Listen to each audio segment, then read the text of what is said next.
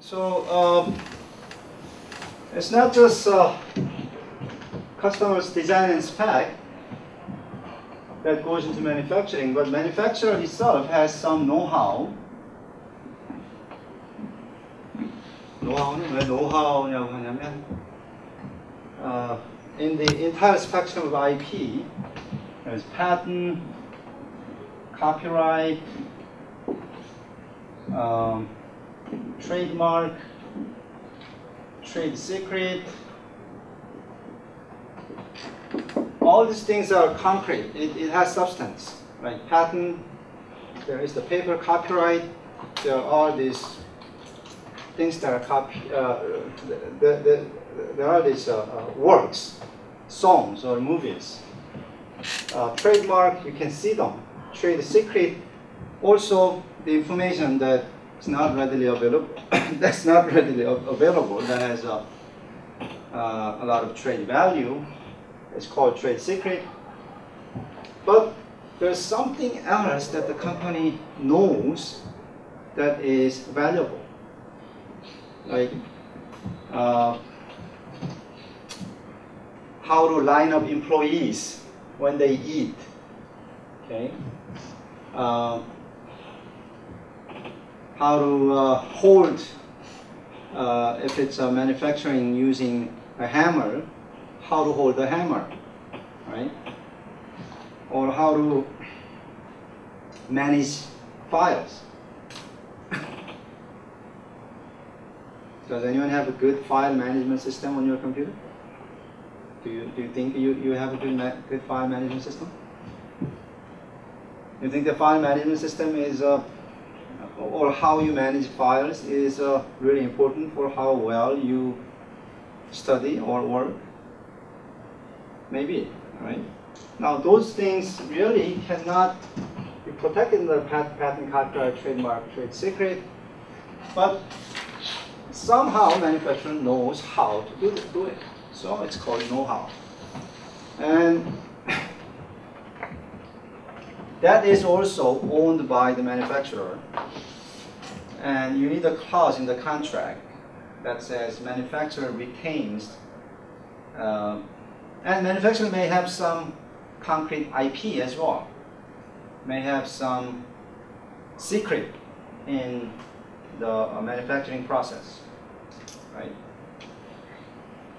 Then that IP and the know-how need to be protected, need be written out as manufacturers. And then you need a really important clause, basically control on use of customer's trademark.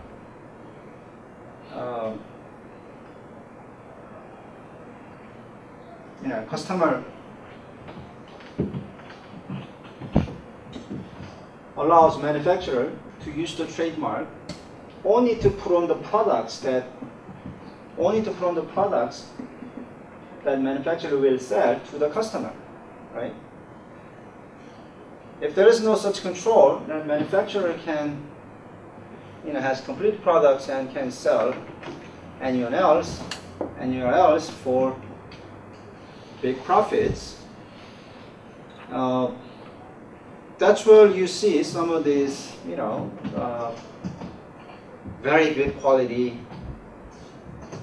짝퉁 products. That's where you can get them, right?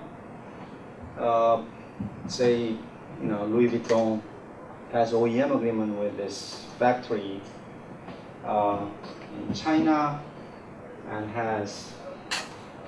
gives the design and spec for them to produce, say, 1,000 bags and sell to the customer, so customer can sell them at, I don't know, $2,000 a piece.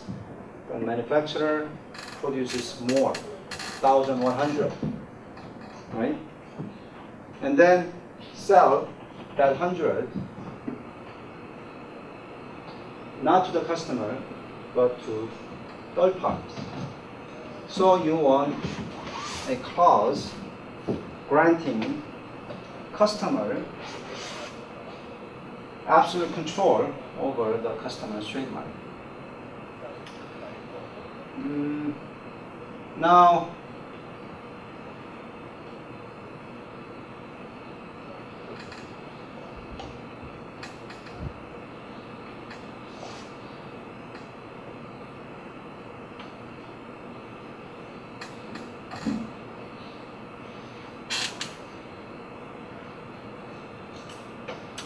Now, it is non-exclusive distributorship agreement because in all OEMs,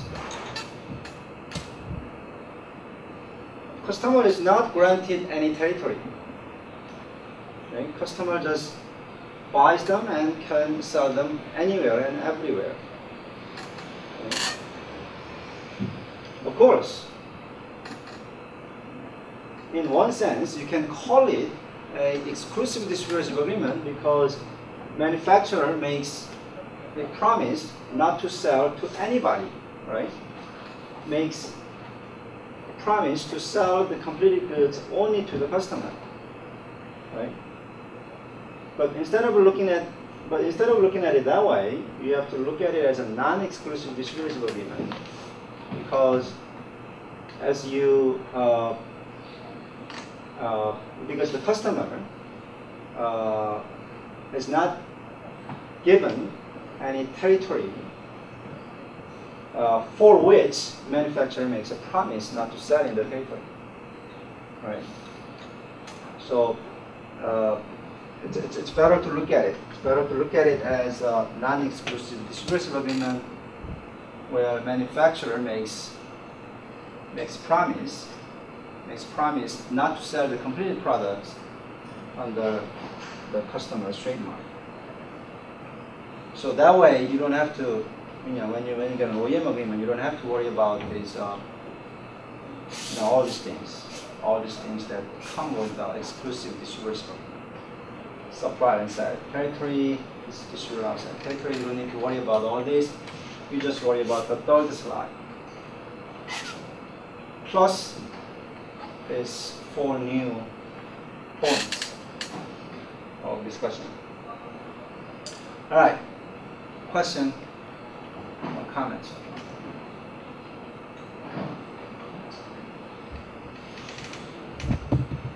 Okay.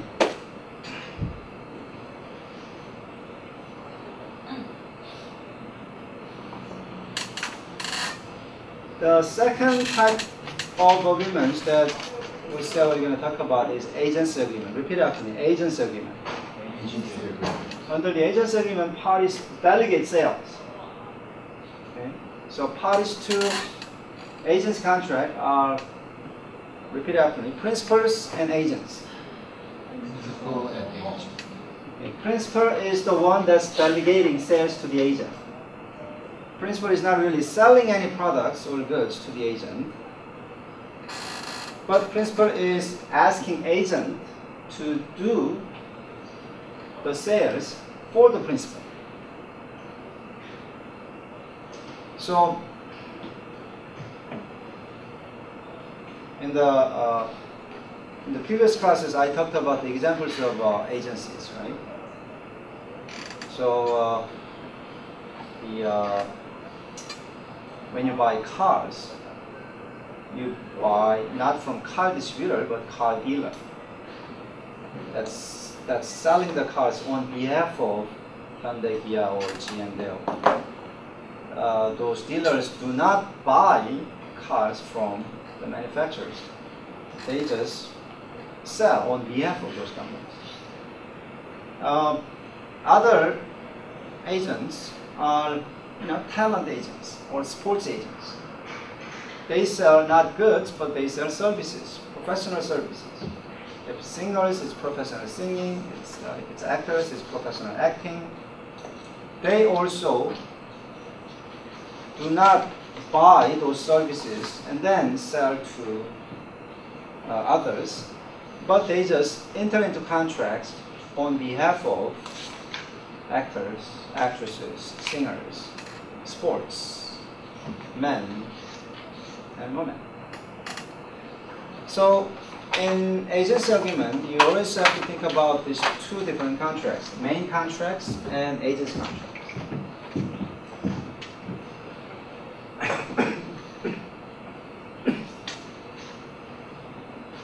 So here is agent,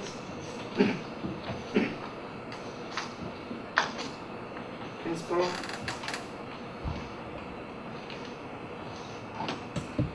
there must be agency agreement that forms the relationship between principal and agent. And then agent should do the actual contract that makes money with third party.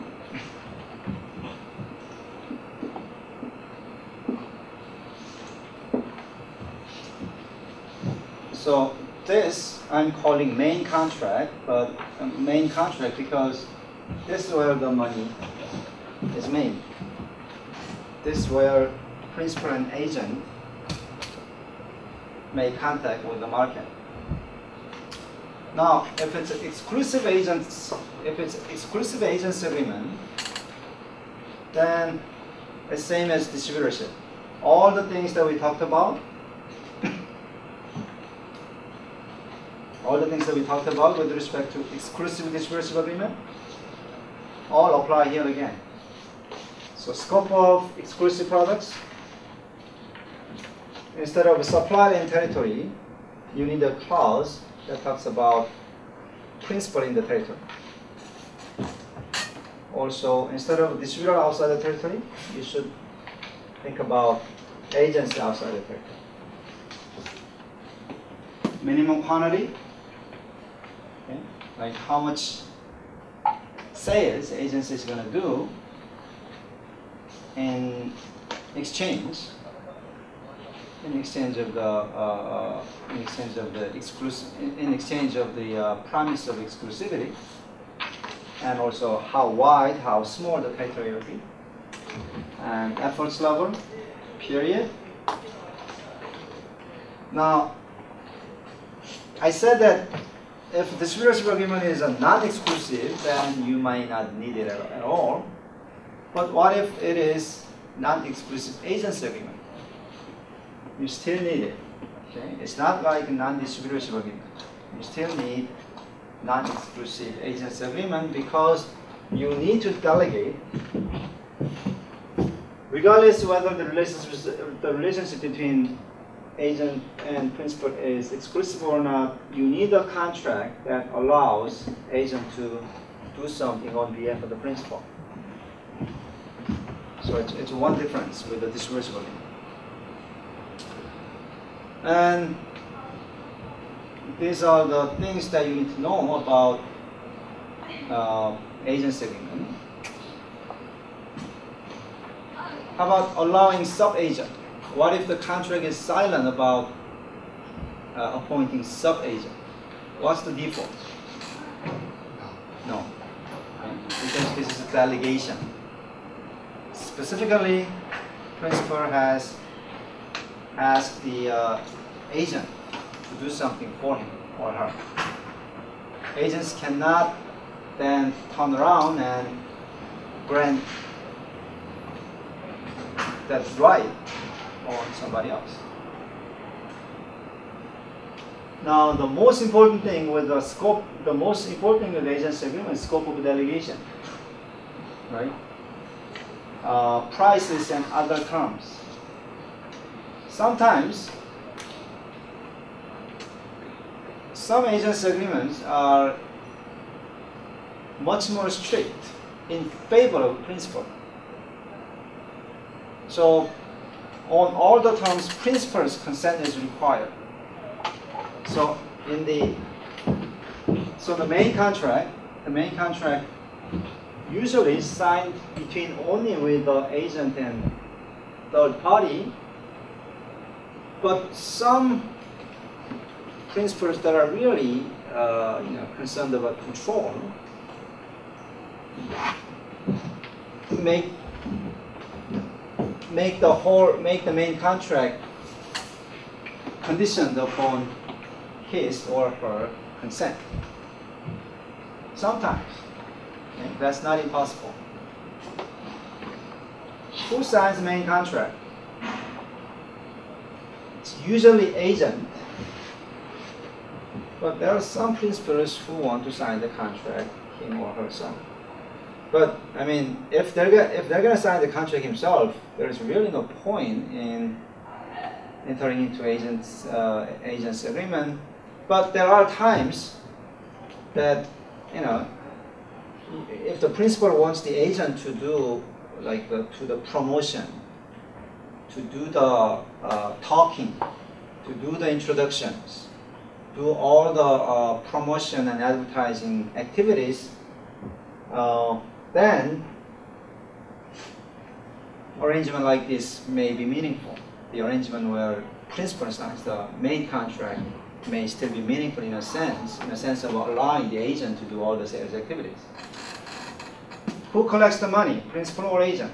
Again, it's usually the agent, but there are times that the principal may say, hey, I have to collect the money.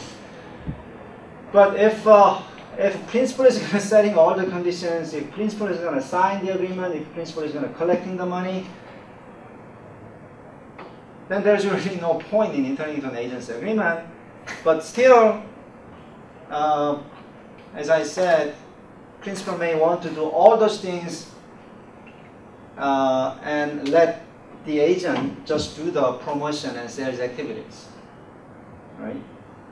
Or what's most important is bringing in the clients, right? Bringing in the third parties. I mean, you know, actors and actresses, celebrities, they say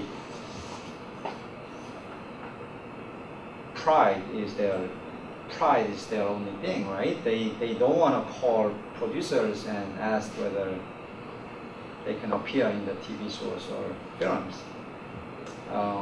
They want the agents to make those calls. Right? Now, what's important for the agent is commission.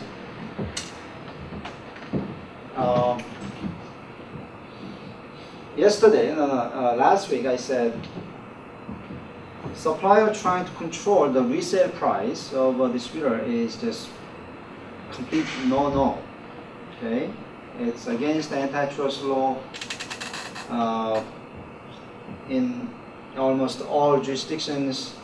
Should never do that. It just goes so completely against the rules of a market that you can even be criminally prosecuted for trying to control the resale price.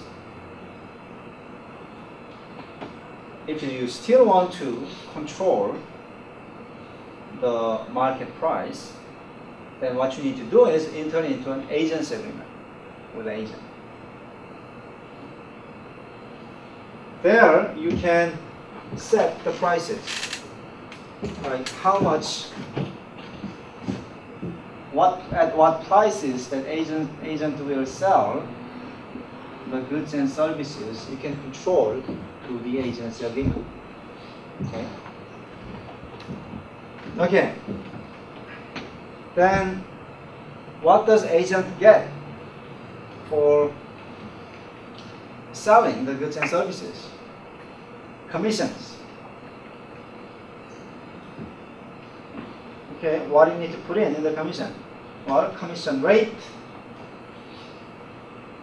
and to which deals that the agent has brought, commission will be applicable. That should also be written out in the contract.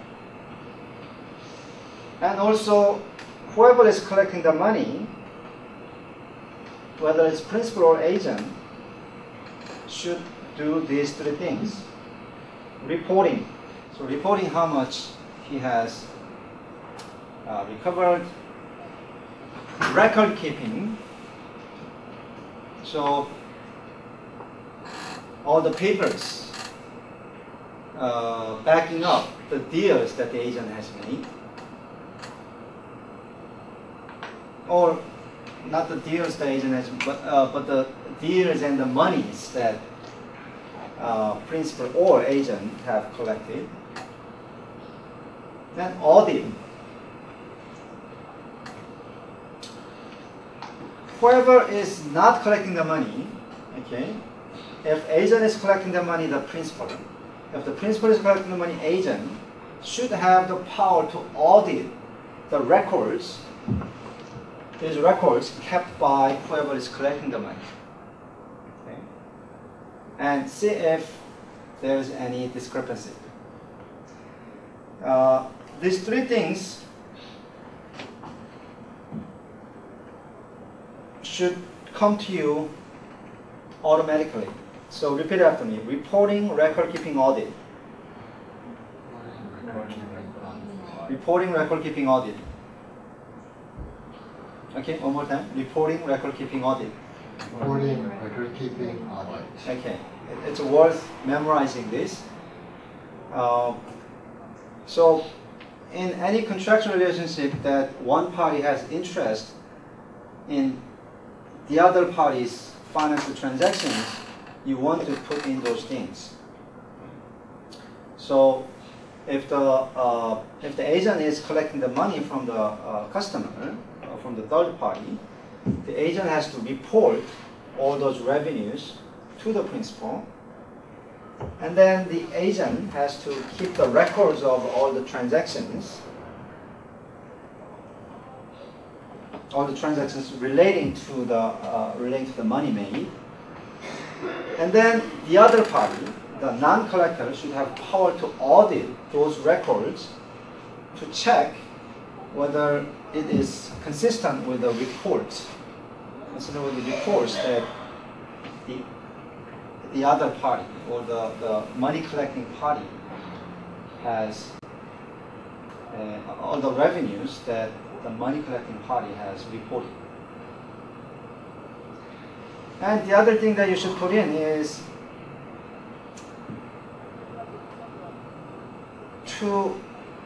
so let's say the commission rate is 8%. 8% of what? Gross receipts or net receipts? Okay. Which layer of revenues? Should it include the VAT or should it include discount, reimbursed, or returned goods? Gross, net. You all know what gross net receipt is, right? So let's say agents made $1 million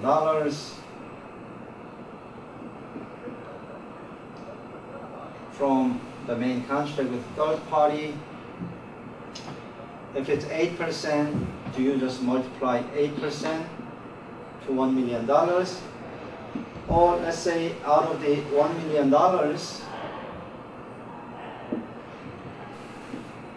there's a VAT, and then some of the good, there was some discount, so it's not really $1 million. So when you multiply 8%, you just multiply 8% taking out VAT,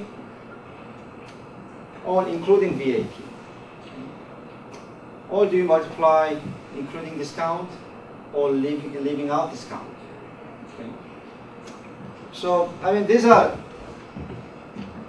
you can just use common sense in writing out these agreements, but you have to remember all the 4 points of negotiation. Now, what gets really tricky is the second point here. To what deals commission will be applicable? Now, if the agent just introduce the customer to the principal, is that enough for the agent to get commission on it? Or should agent do something more than introduction? Should at least do some negotiation to be able to entitle to the commission? Or should agent do something as far as signing the contract to get commission on that deal? Or should the agent do as far as collecting the money only after which the agent gets the commission. Which of the four levels, at completion of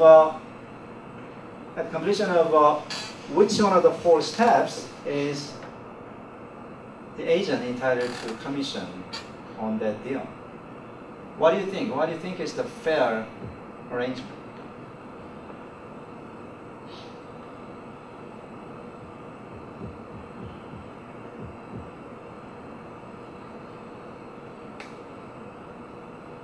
Well, there's really no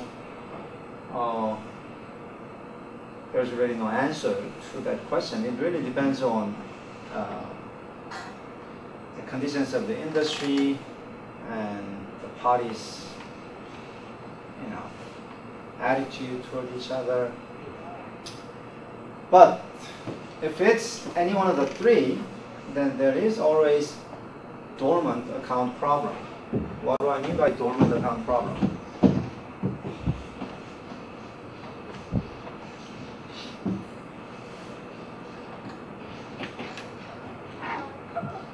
This is a really tricky problem that you should be able to solve when you advise someone on an agency agreement.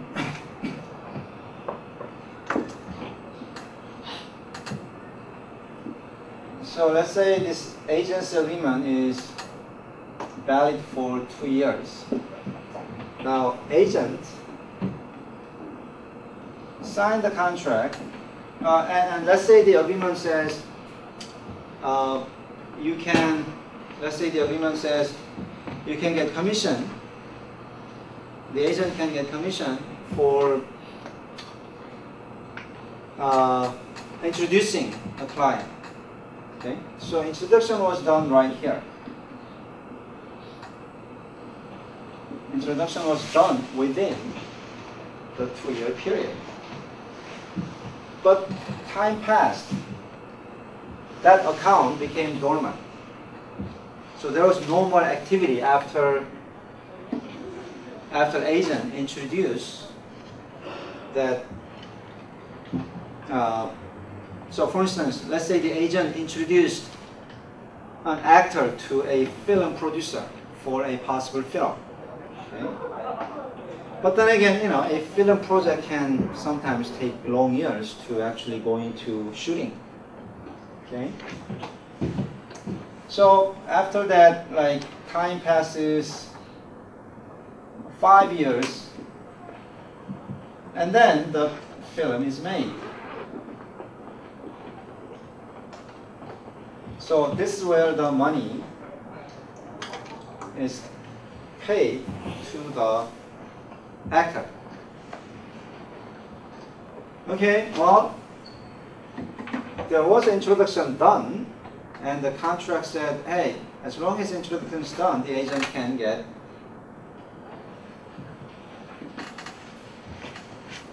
commission on that deal. It sounds simple, but the problem is, if so much time has passed between introduction and the generation of revenue, then there may be other people who made efforts to raise the revenue, right? If it's 5 years, right? So there has to be some time, right? There has to be some time period after which principal can just forget about it. Principal can just say, hey, after this, whatever money I get, I don't have to pay the agent commission. Okay? There has to be some time set where principal can just live on, forgetting about the agent that he had for 2 years. Okay? So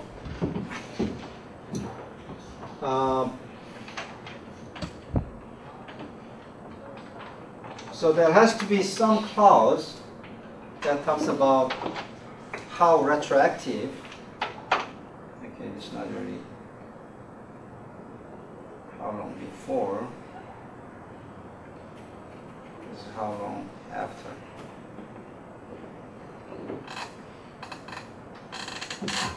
For instance, the contract can say, okay,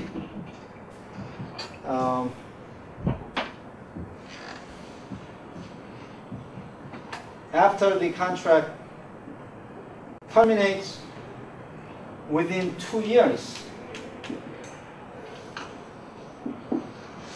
if any money is raised, then agent can get money. If there is no money raised after the contract termination, principal can just forget about it. Okay? I mean, the one way of just forgetting about this tricky problem is just making the commission contingent upon collecting the money. Okay? Making the commission contingent upon collecting of the money by the collecting of the money on the main contract.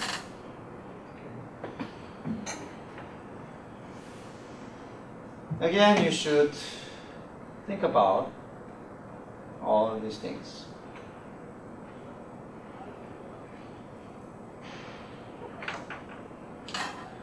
Okay, who should be responsible for non-collection?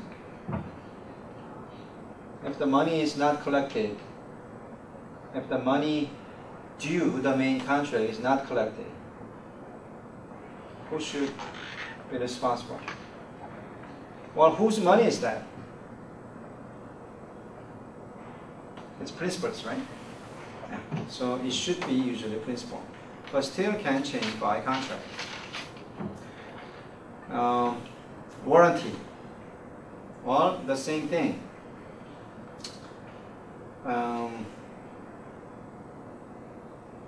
Quality warranty, PL warranty, third-party IP non-infringement warranty.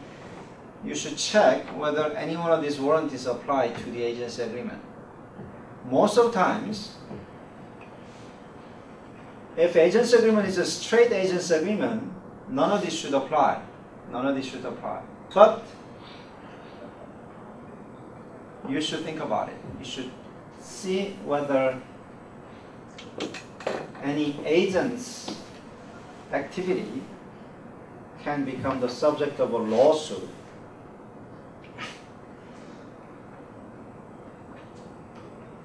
Against which the principal has to provide the defense. You should think about it. But most of the times, the agency agreement should not involve warranties, but you should think about it. Now, agent's warranty, it's not just a principal. It's not just principal that may make warranties, but agent may need to make a warranty. Indemnification for false advertising. So, if a principal's product is capable of, if an agent promises, if agent advertises something that principal's product is not capable of, and then say principal gets sued, then who should be responsible? Well, agent, right? So agent should protect, hold harmless, indemnify the principal in that case. Okay?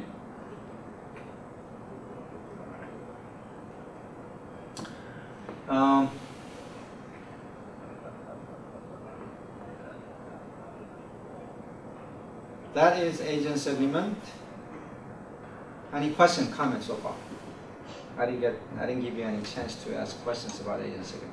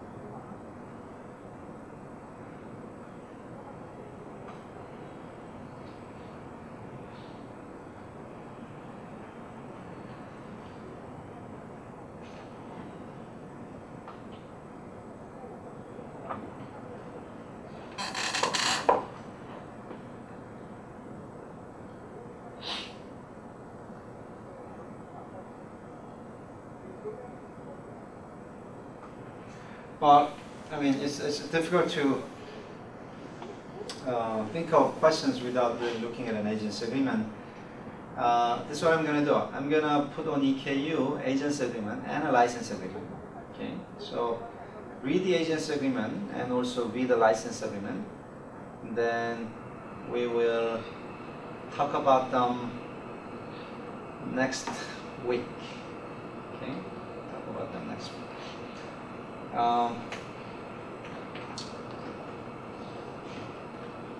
Let's just do this one slide, and then we'll end about,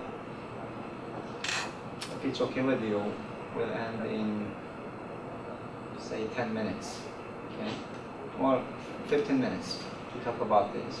Okay. Now, license agreement. What is license agreement?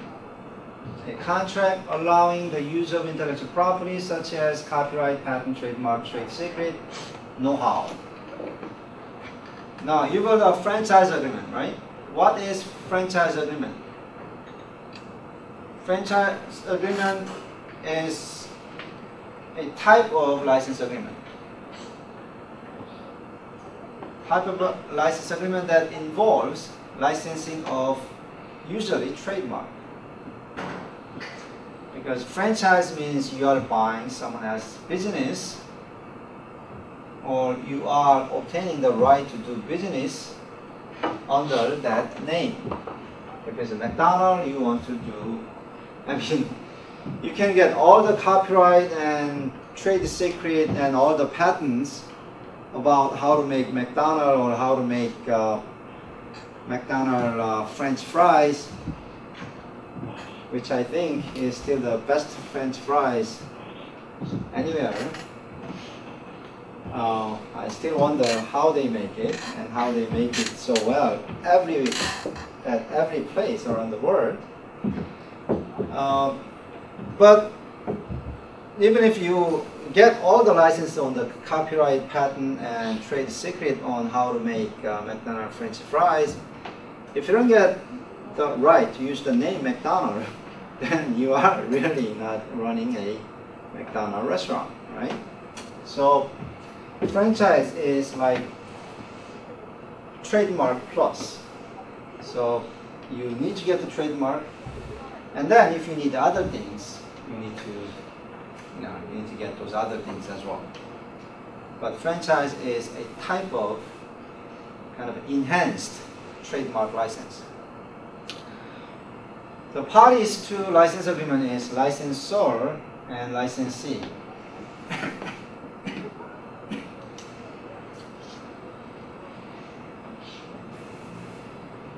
And scope of license.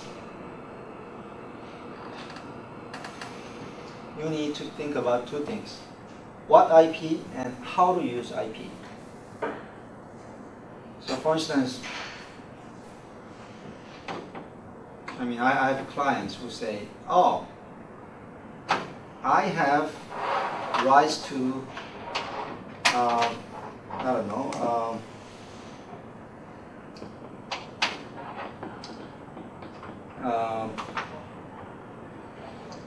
I have a rights to searching for Nemo. Is that the original title? Or is it Looking for Nemo? The movie about some fish's adventure in looking for his son. He says, oh, I got the exclusive right to Nemo in Korea. Okay. All right, okay, so I know what IP he got, but if the license doesn't say how to use that IP, then the license agreement is meaningless. So what can you do with that IP? Can you just show it, right? Can you just show the complete product? Now show where? Can you just show in the theaters? Or can you show on TV as well? Can you put on DVD and sell the DVDs? How about can you put on things like Netflix and sell to internet, right?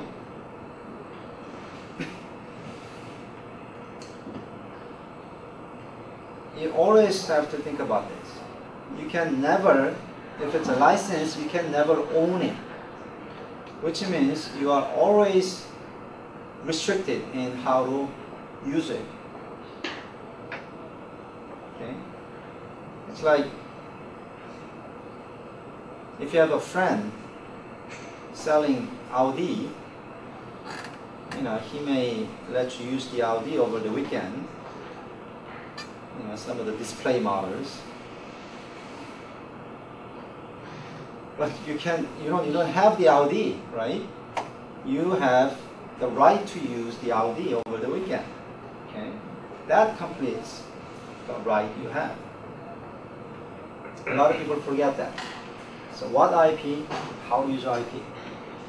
What is NDA? Repeat after me. NDA. NDA. Non-disclosure agreements. Non-disclosure agreement is probably the type of license agreements that you will run into most times, more times than any other license agreement combined.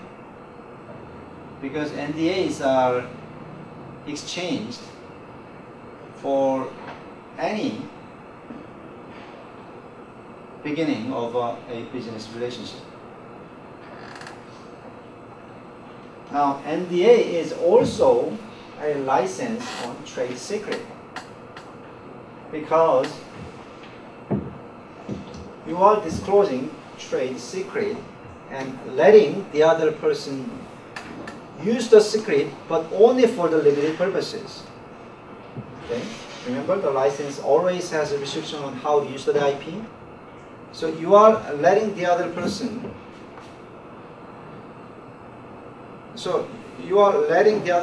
use the IP, use the trade secret, but you restrict how to use it. What are the restrictions? In NDA, there are always two restrictions. One is, as the name suggests, never disclose to a third party. Non-disclosure.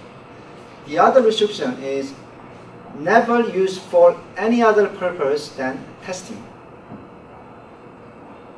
So NDAs are most of the times standardized. So never disclose to a third party, never used for any other purpose than evaluation. Okay.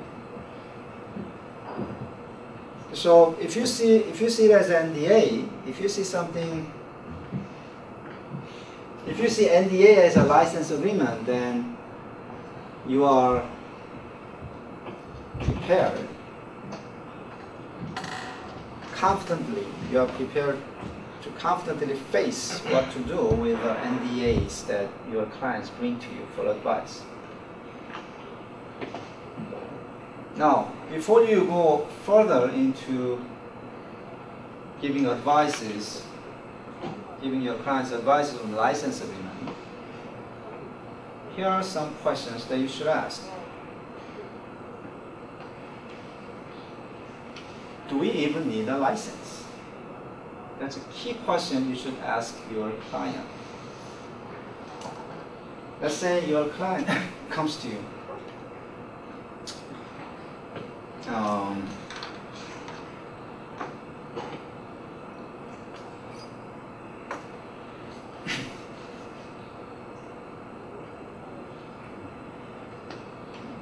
Let's say your client comes to you and he says, "Oh,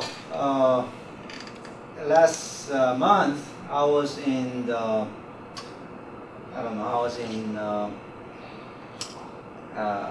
Italy, and I saw this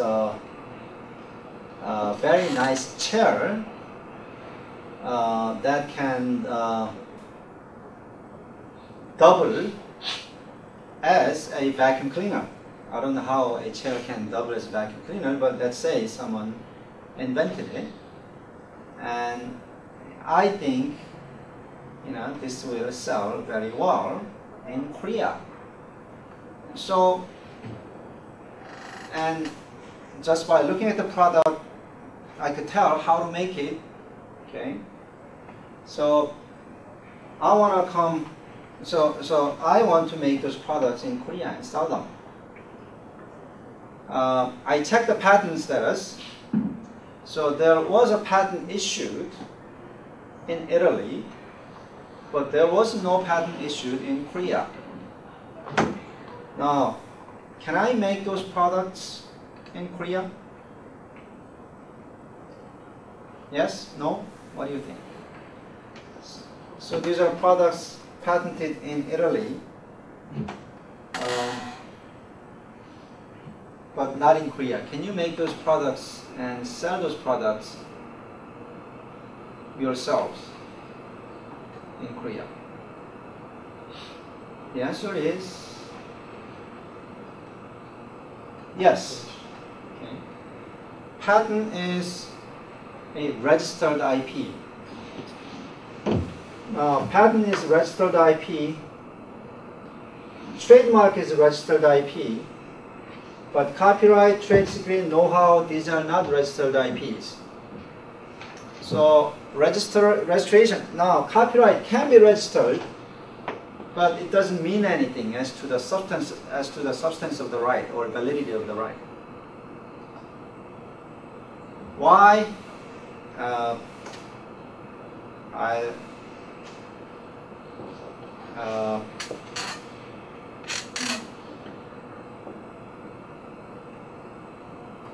Because copyright protects art and patent protects science. Okay? Patent protects only useful new things, new useful things. So there has to be somebody checking whether this invention is new and useful. And it's usually the government. And because there is no world government, because there is no United Nations government, each government can issue patent for his or her own country, but that's about it. Outside that country, the patent is not valid. Okay, let's say I went to Italy again. I'm the client. I went to Italy and I saw this great movie. Okay. Okay, you said that if there is no Korean patent for that chair vacuum cleaner, I can just make them and sell them in Korea. Can I do the same with this movie, this Italian movie that's selling very well in Italy? Can I copy them and show them in Korea? What would be the answer? For copyright, no. Okay, that's the difference between patent and copyright. Yes? Is there a universal protection for copyright? Universal? Yes. Berne Convention. Berne Convention says, thou shalt protect another's copyright as your own.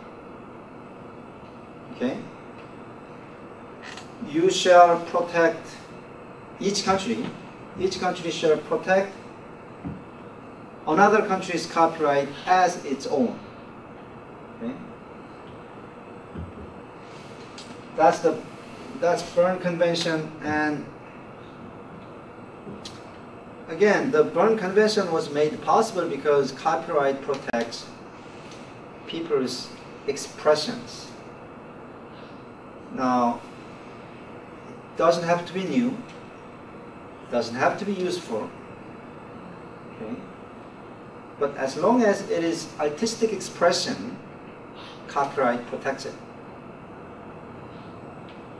So you don't need any government checking whether this expression is new or useful. And usually there is no possible way of checking something is artistic or not, because people's conceptions of art just vary widely. Yes. Is there a term for this protection? Copyright protection? Yes. How many years? I mean, oh, okay. You want to know that too? I mean, this is not really intellectual property class, but patent is for 20 years. Copyright is much longer. Life plus 70 years now. It has been life plus 50 years, but the US government to make the license, to make the business license in Mickey Mouse last longer, they changed the law. So now copyright is life plus 70 years.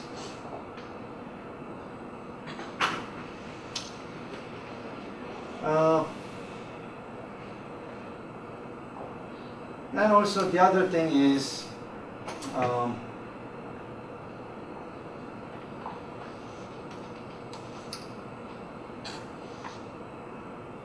whether it is an expression. Okay, I told you about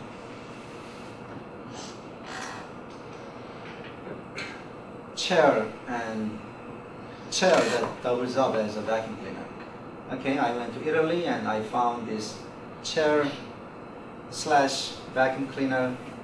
It's not only useful, but it is beautiful. Okay.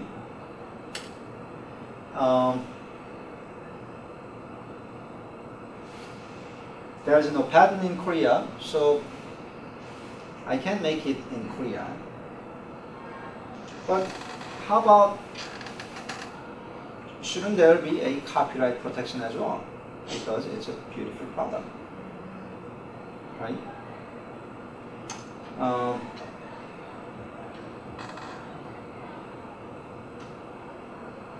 Because, I mean, things can be protected by different IPs all at the same time.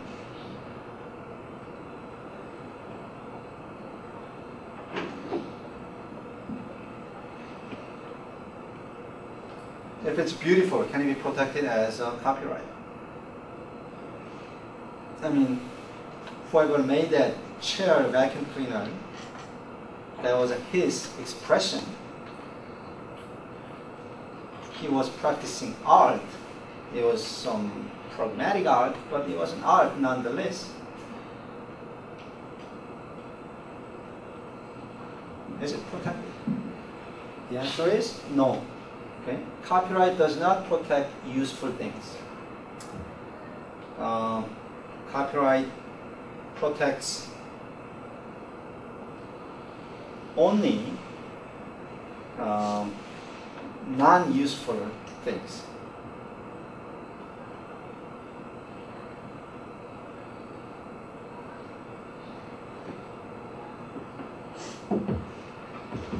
My suit, is this nice? Okay, someone, can you please take a look, even if you don't like it? Okay, is this nice suit? What do you think? Okay, it looks nice. Can someone have a copyright to the suit design? No, because it is a useful design. I mean, yes, it looks nice, but it is just totally limited by the functions that it's supposed to serve. It's not really an expression. It is really the product of a necessity. It has the necessity of, it has to fill the need of housing my arms and showing my hands. It has to fill the function of probably, you know, covering my waist and covering parts of my buttocks and coming straight down on in the front and opening up when I want to take it off, right? there are all these specific functions that the suit has to serve. So these useful designs are specifically left out of copyright protection. That's why none of smartphone designs are covered by copyright. None of your notebook computers designs are not covered by copyright. This, no chair, no bag, not covered, no speaker, no. Your glasses, yes, they're beautiful, but no copyright protection. Actually, most of the things that you have around you are not protected by copyright, because you have them around you because you have certain need, and those products are filling those needs.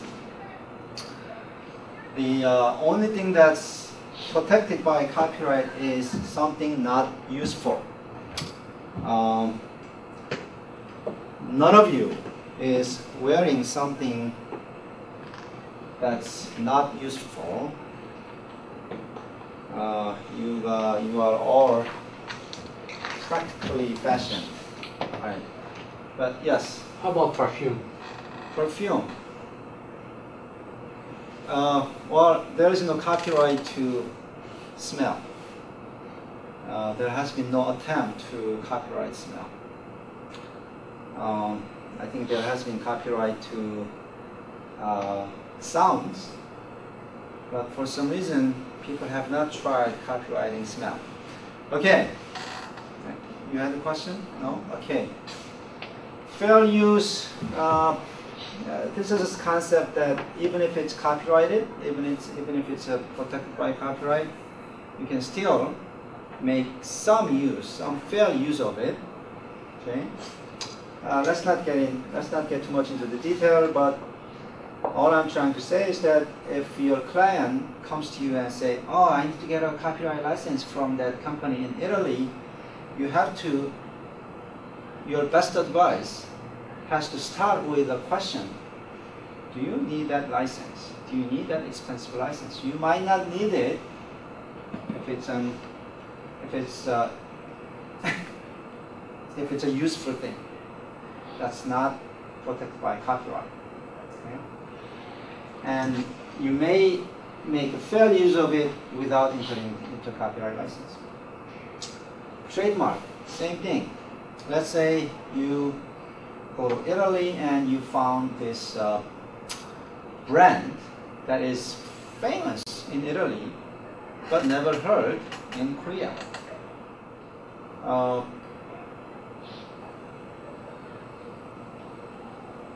I saw those ties selling very well in Italy. Can I just sell them in Korea? Yes? No? Yes. Okay. Because again, trademark is a registered property.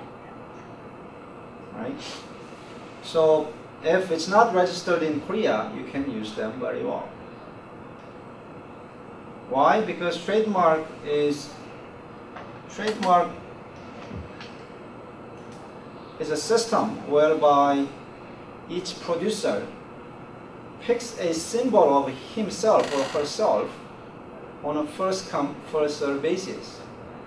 So there has to be somebody taking those applications for trademark. Okay, I'll use S for my symbol. I'll use V. The other person will say, "Oh, I'll use V for the symbol." Some shoe company will say, "This flying line will be my symbol." The other shoes company may say, "3 straight lines will be my symbol." Somebody has to be there to take those applications, and it's the government doing it. So it's registered. So only the country by country registration is effective.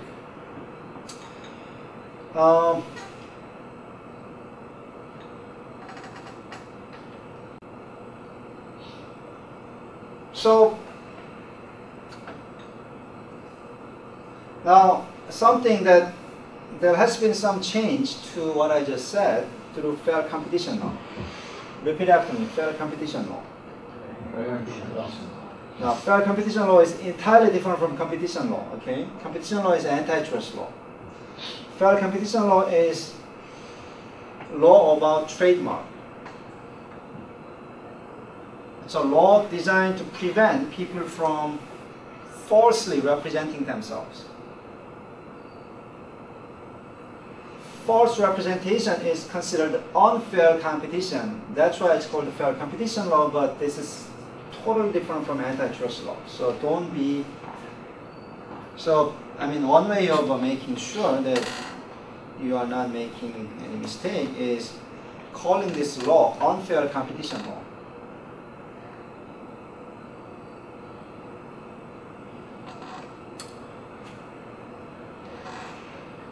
Trade secret. Let's say you went to Italy, you saw this nice car that two people can go in. It's called, I forgot the name. Anyway, there is a car for two people riding, and I don't know what's inside. Well, I know what's inside. I can just open the bonnet, and then I can, you know, I took the pictures of the engine, come home. I'm not going to use their patent. Well, there's no patent. Car is useful, so no copyright. I'm not going to use the trademark. Okay. And I can make it because I took the pictures of what the engine and the parts look like. You know what? I actually bought that Italian car, brought it to Korea. I disassembled it. I dismantled the car down to small parts, and I took the pictures,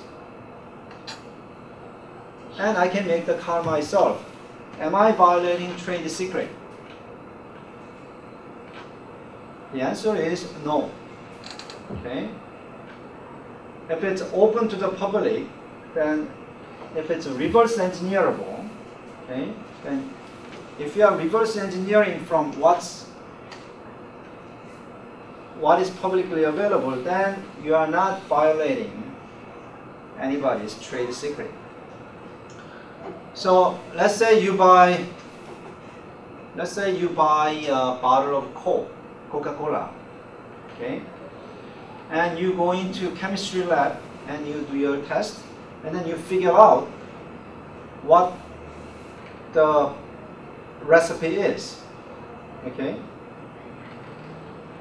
It's supposed to be the most expensive, most tightly guarded recipe of the whole world, of human history, right? It's in some big safe made of like 5-meter steel walls, 100 meters underground or something like that, right? But you somehow figured it out just by analyzing this can of Coke, and you start selling Coke. Of course, you sell it under some other brand. Okay? You just let the world know that, hey, I successfully hacked Coca-Cola's formula, and now I can sell, you know, what Coca-Cola is selling. Did you just violate trade secret? No. Okay? As long as you legally acquired it, you are not violating any trade secret. Finally, this is something I talked about. Again, only exercising IP requires a license. Just using the products of such exercise do not require a license. Okay? So, selling your sweatshirt from Who Are You, you can buy as many sweatshirts and sell as many without getting a single license from. Is it called Who Are You? Yeah. Okay.